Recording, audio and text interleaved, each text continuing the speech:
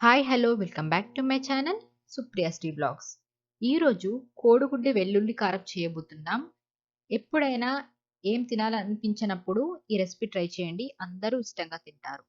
దీనికోసం ముందుగా గుప్పెడు వెల్లుల్లిని ఈ విధంగా మెత్తగా మిక్సీ పట్టేసుకొని పక్కన పెట్టేసుకోవాలి.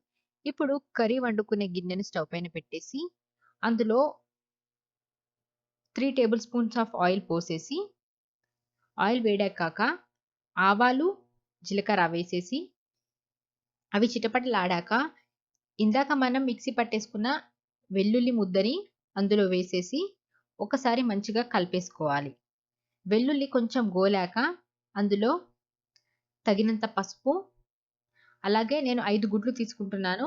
వీటి కోసం 2 స్పూన్ల కారం వేస్తున్నాను. కొంచెం స్పైసీగా కావాలనుకుంటే ఇంకొక హాఫ్ స్పూన్ వేసేసుకోండి.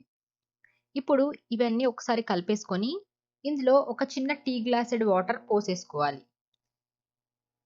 మనకు ఎగ్ అంతా నీచు వాసన ఏం రాదు. వాటర్ పోసుకున్నా కూడా అదంతా వాటర్ లాస్ట్ వరకు ఉండదు. అడుగంటకుండా ఈ విధంగా వాటర్ పోసేసుకుంటాం. ఇప్పుడు వాటర్ ఈ విధంగా మరుగు పడుతున్నప్పుడు అందులో తగినంత ఉప్పు వేసేసుకొని ఒక్కసారి కలిపేసి ఒక 5 గుడ్లను కొట్టి పెట్టేసుకొని అవి ఇందులో వేసేసుకోవాలి.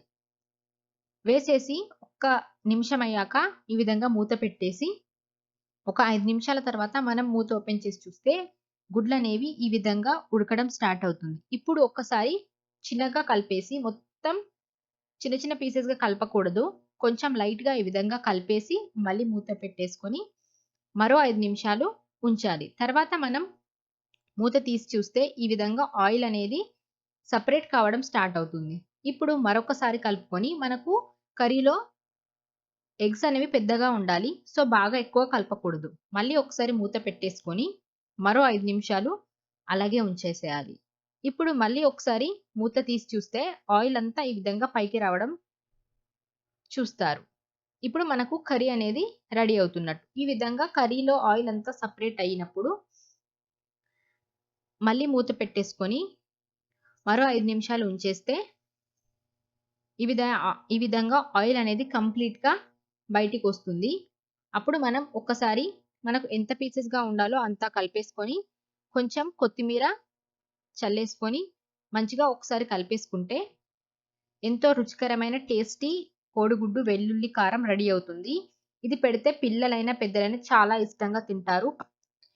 ఇది చపాతీలోకైనా లేదా రైస్‌లోకైనా చాలా బావుంటుంది. ఈ విధంగా ఎగ్స్ అనేవి మనకు పెద్ద పెద్ద పీసెస్‌గా ఉంటే తినడానికి చాలా రుచికరంగా ఉంటుంది. ఒక్కసారి తప్పకుండా ఈ రెసిపీని ట్రై చేసి ఎలా వచ్చిందో కామెంట్ సెక్షన్‌లో చెప్పేయండి. తప్పకుండా మీ ఇంట్లో వాళ్ళంతా ఇష్టంగా తింటారు. కొత్తగా చూస్తున్న వాళ్ళు మన ఛానెల్‌ని సబ్స్క్రైబ్ చేసేసుకోండి. వీడియో గనుక మీకు నచ్చితే లైక్ చేయండి, షేర్ చేయండి. అలాగే మన ఛానెల్‌లో ఇంకెన్నో వీడియోస్ ఉన్నాయి. ఒక్కసారి చూడండి. Thanks for watching.